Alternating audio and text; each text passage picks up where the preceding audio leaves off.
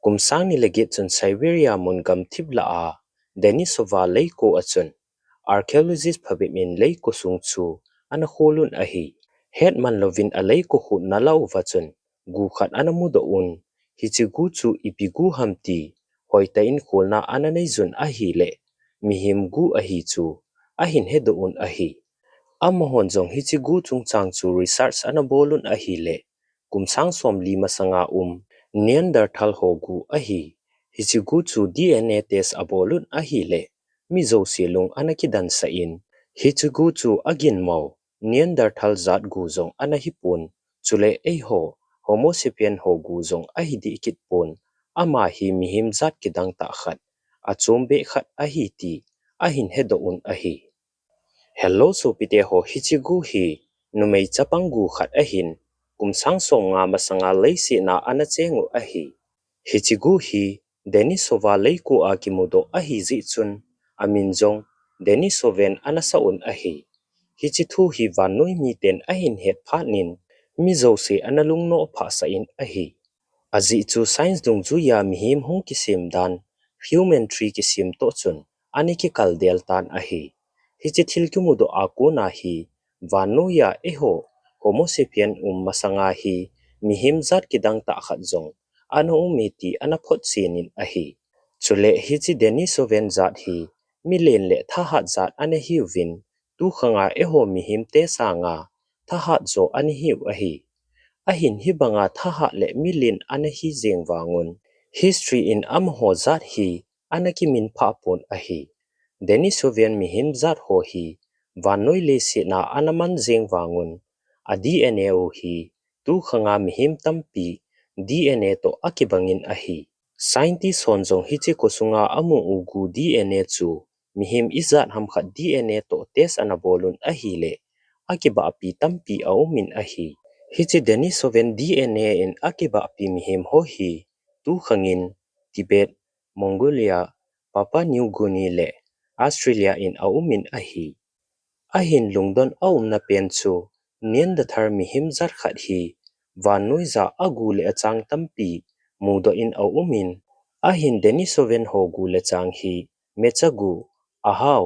Tibet ako na kimu khathang gu chule China gama kimudo luhom gu bo ahinalaizin ahi hitabanga mihim thahat le milen ho a DNA o tu khang mihim la zenga jong kimudo ho chu agule achangu akimudo zolo chu scientist ho analungdon sa le in ahi kumsang ni le som kuma Denisovan chungchang newspaper a ahung kisu achun mizo selung anakidan sa in ahi azi chu science dungzu ya mihim hi Africa akona hungkipana hichi akona chu continent danga aniki homza u ahi ahin Denisovan ho hi Europe gama kun hungkipan da u ahin amoho hi phat khat khat le Homo sapien ho to aniki sutu jiu ahi Siberia leiko sunga kimu DNA akon ki hedo hichi mihim zat ho hi zal homcha ahi lo danu hedo ahi Tibet le China gama agu kimudo akon hedo theichu Denisovan ho hi phat khat laya Asia sung anato phau ahi ahin lungdon aum na pen chu mihim le gancha dang ho banglova agu ule achang ho homcha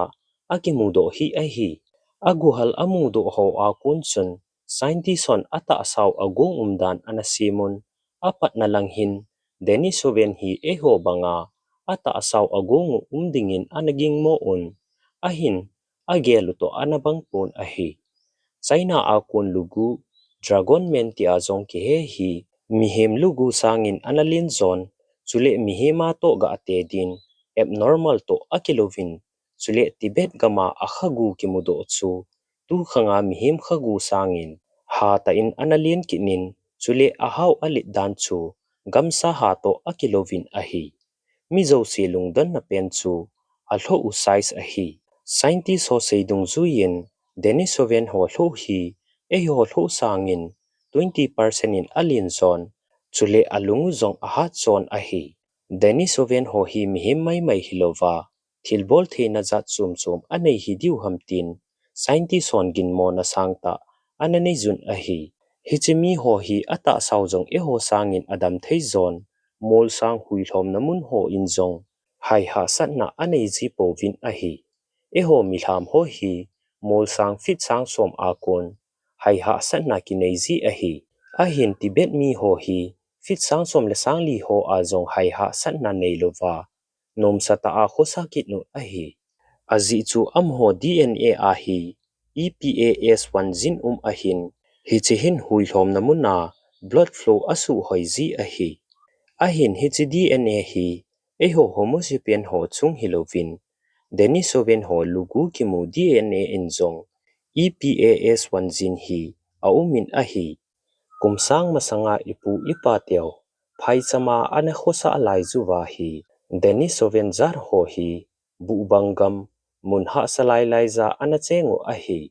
tu khang hin am ho son le pa hi tibet gama cheng mi te ho ahung hi pe on a hi Denisovan ho hi a immune system o a hanin hiji a hi damzong adam thezon ha zong a ha nun masanglaya mi ho chu nat naza chom chom zi in ana thizivin a hin Denisovan ho chu nat lesat kiti him ana he phaji povin hiji ata saudam theina hi hunungin Oceania le Asia gam ho ana pe sonun a hi scientist ho khul do dung zu yin a immune system o a ha zi hin e ho sangin te zong ate gei zovin a thau zong a hat zoi ativin a hi amo hi e ho sanga ata sau zong a hat zon a thau zong alin zon mul chung hui hlom namuna hin zo na immune system hat zo chule a hin kum ho zong e ho sanga a sau zon a hi hi chim him te hi e ho sanga imalam zo si a advance zo a hi Denisovan ho hin a hin dano ata sau dam theidan chule atha zi uwa mi him lungel akidan sa keu se hilovin a chen dan a khosa danu a thille lo aman cha ho a konin jong mi him te lungel akidan sa kinin a hi kumsang ni legi chun Siberia mun Denisova leiko sunga chun chaw eng khat a hi lo le chloritolytes bracelet tia zong ki he anamu do un hi chi chaw jang amu do uchu leng khanga leng nu chaw hidingin gin mona ananei jun a hi carbon dating abolon a hi le kumsang som nga apat sang som segi ki ka alui a hi dan a hedo un hi chi chaw chu arong ji a mi him lungdong a hi pon akul umdan akitu che ji a mi him te analung don sa a hi expert ho seidung zuin hi chi chaw hi rotating drill a kon ki sema police ki bol a hi ati un e hon kumsang izar ham khat zowa thille lo lup na to na kung lebel sim nan i hin nei panun a hi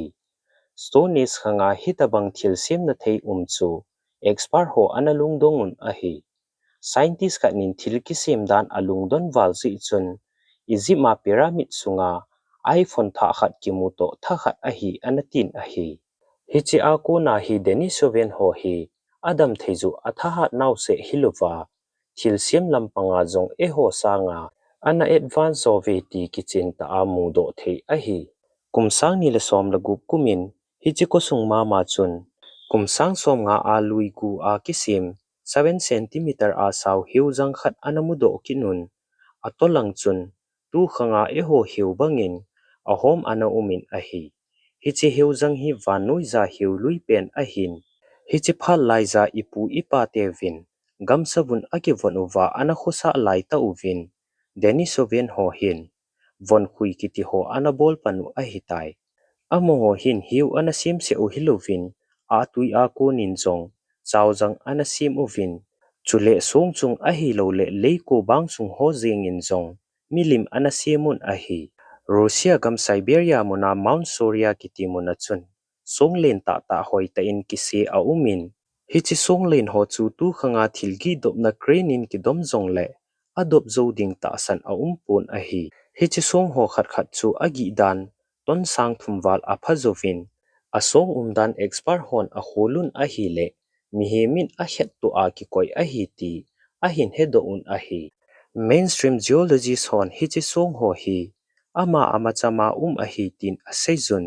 a hin hi chi song ki se namun hi Denisovan ho ana che naumun a hi hitabang chun Mongolia le Central Asia gam ho a songlen ta ki se thop asung hom tampi a umin e hon ama chama a hi tia igelu tampi a umin a hi hi chi song megalithic site si agidan nata khat chu wana tha le a si to align ki bol a hi Mongolia gama hi chi song pi ki se thup ho hi kumsunga ni kho sau pen ni a hi lo le solstices a ni sa hung so na le alip na mun to ki to a ki se a hi chi a kun het thei chu hi chi song ho hi azi ne ya ane ki se hi ding a hi van noi za thil ki dang Egypt of pyramid Stonehenge le Mayan calendar in zong akimun a hi le Denisovan ho chu banga e ho sanga advance an hi wa a hi le itidana anamang jing theizu a hi dem a hi le ipibola e hon am ho fossil khat le ni bo imu do zovu a hi dem Denisovan ho khang dan expert hon a khulun a hi le a khangu ki chailanga hi homo sapien a hi lo le mihim ho Russia gam analu no a hi tai mihim chini gam khat ahung khom teng a hat ding ki chu a ki sat ki tha to ji mo a hi genetic in a seidung zu yin am ho hi khat le khat ana ki cheng wa cha le naw zong ana nei zuwa ana hing khom a hi tin zong a ki sejin hi chi a hi am ho DNA hi tu khange za ki mu a hi le I ti dana am ho hi anamang jing theju a hi dem expert kon khat ta san dung zu yin hi chi hi prehistoric genocide a hi lo le hi chi khanga chu ki tha tu na na sata ana uma e ho mi te hin lungthim thu ta kenga ana tha chai zuwa athu simu ana su mangu a hi Denisovan ho man tha na chung chang theory khanin a sei kin na achun am ho hin wa noiza e ho homo sapien ho phat lo na le khan gi lo na khat le khat ki tha tu na ho ji a hi thing hlang gam thibla an ki sel mangu a hi tin a ki sei kinin a hi a hin kum sang som la sang ni la ziget zovin wana kunin leisi na meilom na sata ahong lang khan vanoi pumpi anakan hi chi phat hi science in younger dryer eventin akovin a hi wana kun hung khelha mei kulom ji chun vanoi pumpi hut khanin anasan bu bang zo se anajun hlan hi ji chun vanoi pumpi tui sang analenin gan hing zu lewa mi him thing na lo na jeng jong anathi chai so ke jin a hi chi thil so hi bible a ki mo no a tui sang len to tha khat a hin chule pau chomin reset vanoi ki tha sem tin jong a ki hen a hi chi tui sang le ji a hi chi Denisovan ho gammang thing noiza ana cheng ho chu ata saw athil le lo agu le achang ge za lejin avu mangjing hi dingin gin mo na sangta a umin a hi tu ni kho a hi e hon hi chi a khut gu u neu khat a kon a hin danu le aki man cha dan ho a khang thu sim ho I he do theiju a hi ti a mi him zar khat super civilization a thi gam zenga a hi le leino ya e hon imu do zo lovu I khul do zo lovu thil ki dang izat ki sial na lai a hi dem a hi le so pite ho e ho pathin le khabu thinga Genesis bungup chang khana pana chang li ki ka a pathin cha patele mihim chanu te ki chen na chung chang ki sei khu tu ni kho a I thu sim sei zuwa Denisovan ho hi a hi dem komena ilungelu I hin sei di vin I ki te mu ve